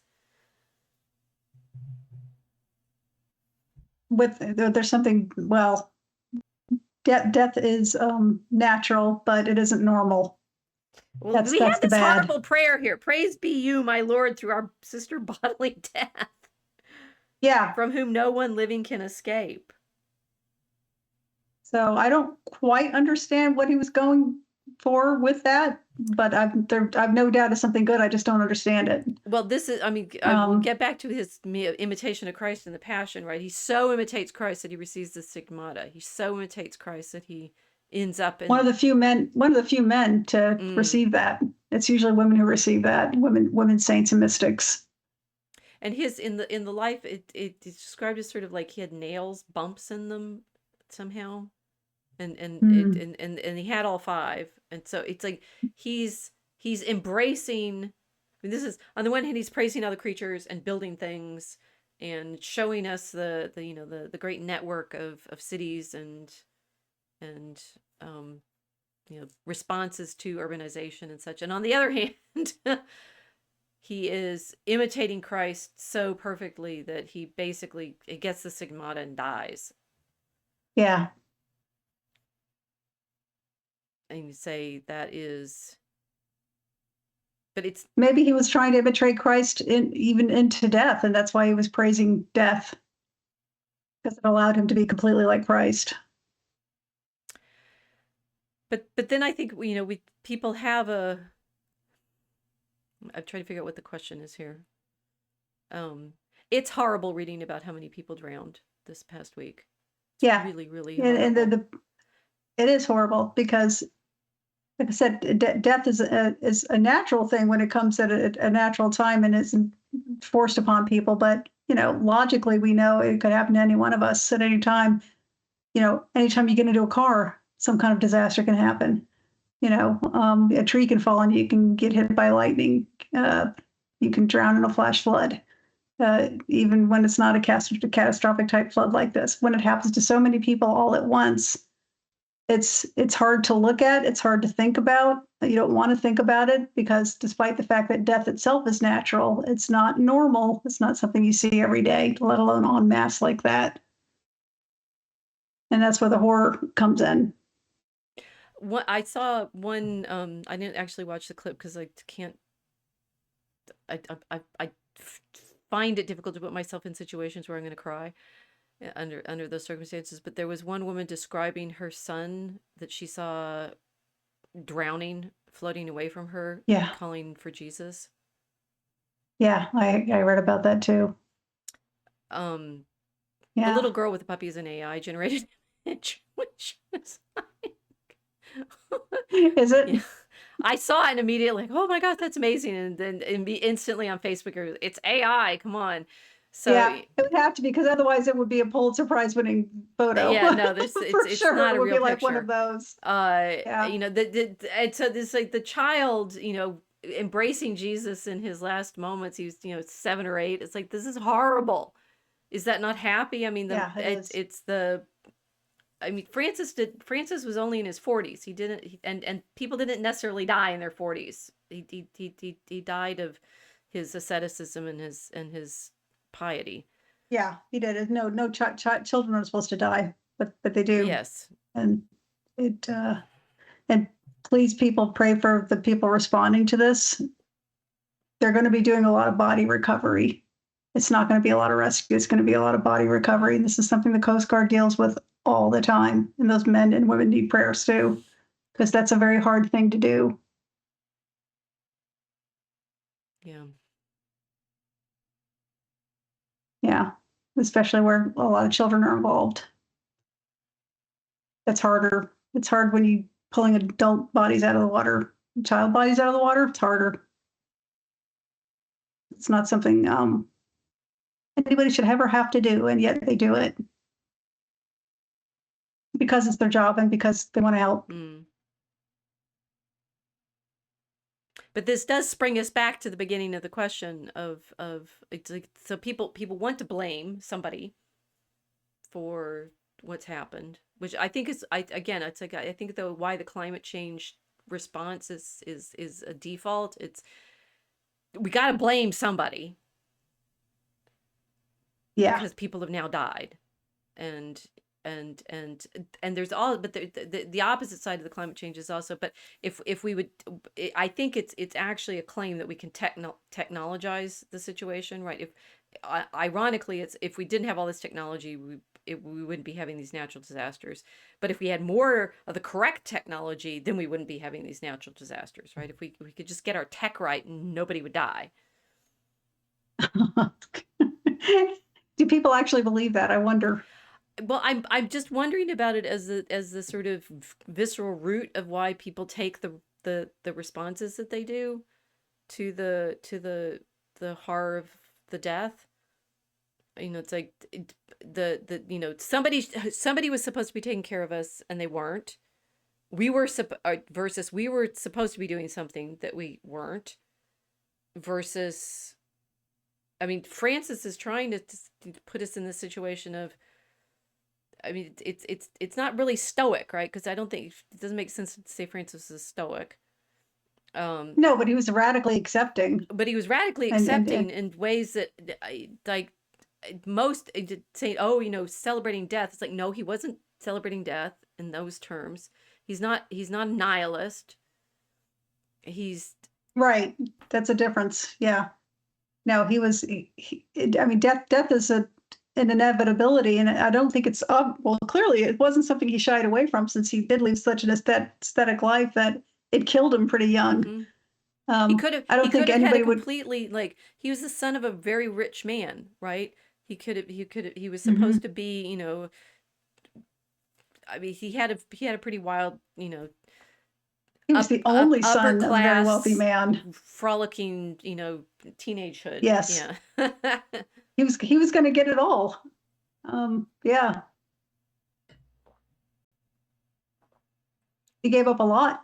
He gave up a lot, and I don't think anybody living today would get permission from their bishop to live that kind of very, very aesthetically hard life as a religious, because it would kill you, and someone might think it's suicidal to do that.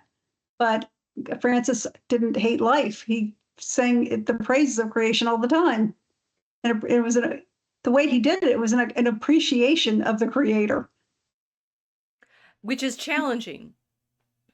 I mean, it's like there's a challenging, he's at the level of responsibility for building the church, but also, and I mean, and other things, right? It's like, you know, we're not doing a history of Francis now. We're doing a meditation on being Francis.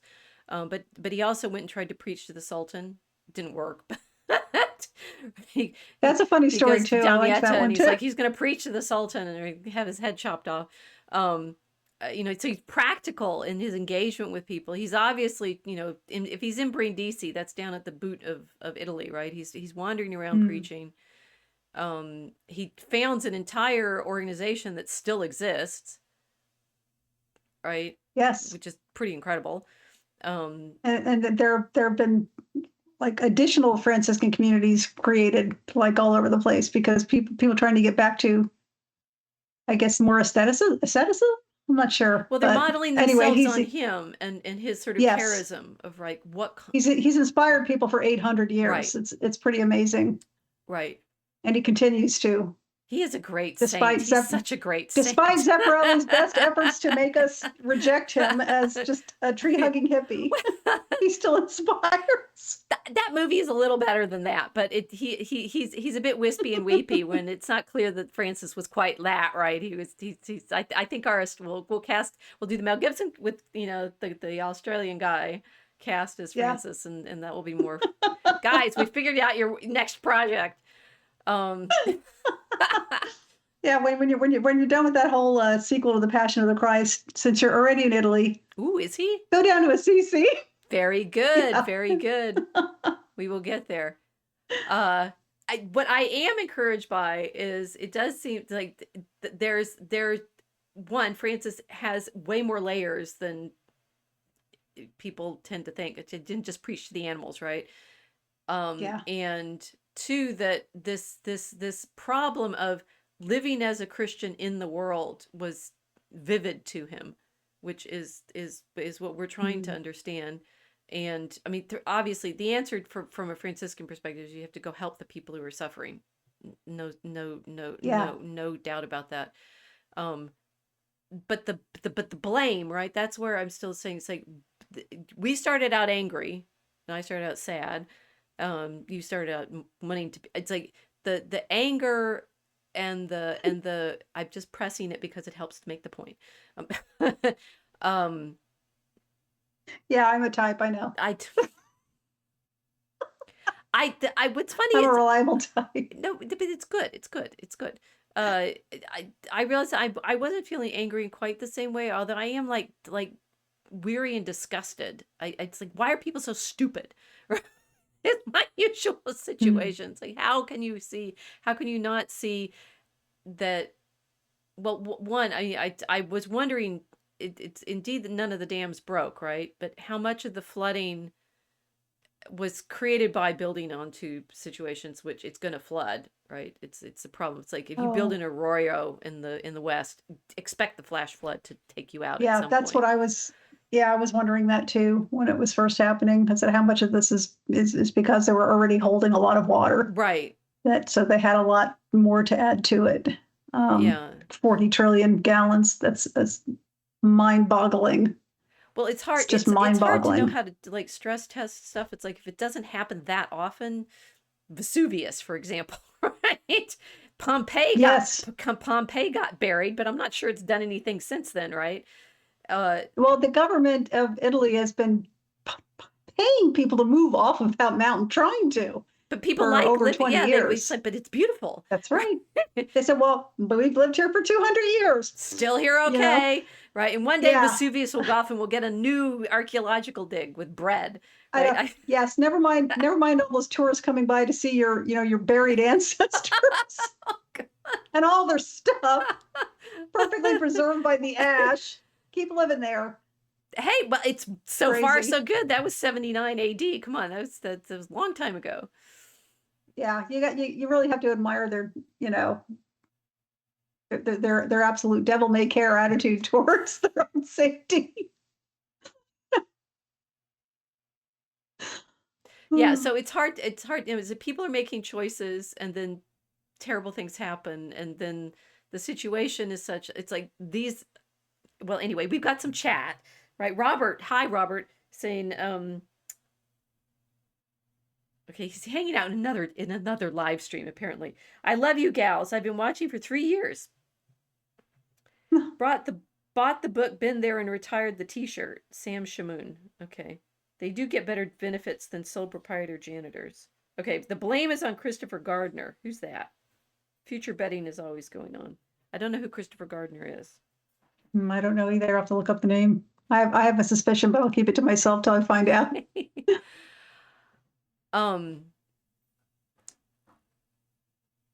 So one of the things that I thought about talking about, which we can come back to at some point, is in fact the way in which Francis prayed. And he wrote, in addition to the Canticle of the Creatures, which everybody tends to know about, he also wrote a long, day long series of psalms, which is called the Office of the Passion. That's not, he apparently not sure really what he called it, right? But he did this daily hours in which he used the text of the psalms to imagine Christ's speaking from the cross, right? And I did a paper that I published about 10 years ago, thinking about, well, why did Francis know which psalms to use? Because it's actually a little more complicated than the ones that talk about suffering. I mean, one suggestion was he knew the psalms to use from Good Friday in the liturgy, but I show in this article how that doesn't quite match with the choices that he makes of which one.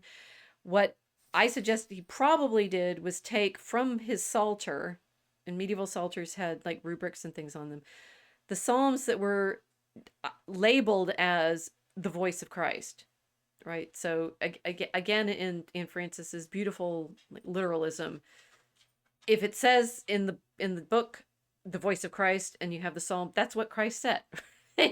So he has very literal. It's sort of beautifully literal, but Yeah. in the degree to which he's so amazingly literal. He shows you the like depth of what the texts actually say, and this is for most people, including for the Donovan movie kind of thing. It's like imitating Christ is this imitating the Gospels, or just imitating the actions that Christ took. But it's also, if you realize how sophisticated Francis actually was in his literalness, truly understanding God's relationship with us through Christ, and very much understanding, therefore, all of his meditations on the devotion and his receiving the schemata and such, as God's taking on our suffering.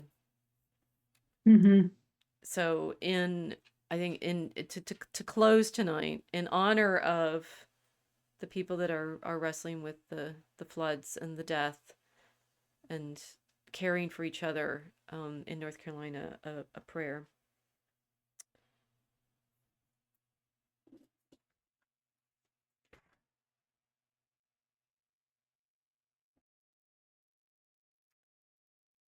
Oh, all you who pass along the way, look and see if there's any sorrow like my sorrow. For many dogs surrounded me, a pack of evildoers closed in on me. They looked and stared at me. They divided my garments among them, and they cast lots for my tunic. They pierced my hands and my feet. They counted all my bones. They opened their mouth against me like a raging and roaring lion. I have been poured out like water, and all my bones have been scattered. My heart has become like melting wax in the midst of my bosom.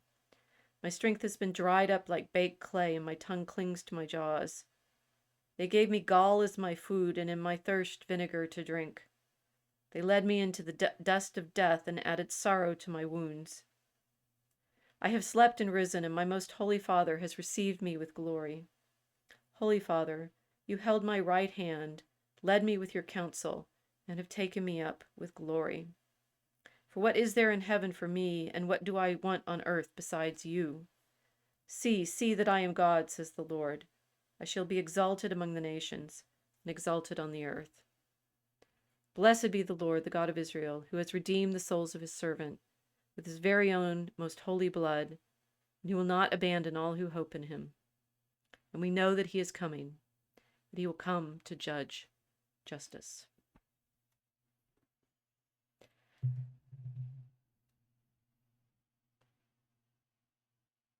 We thank you for joining us in our Franciscan meditation tonight, and we send prayers to everyone in the floods, in the wars,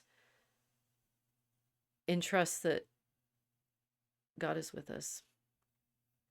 Amen. Amen. See you next week. Oh, see you next week at a different time, because we have a guest to talk more about mythology. We'll tell you more in the notices. God be with us.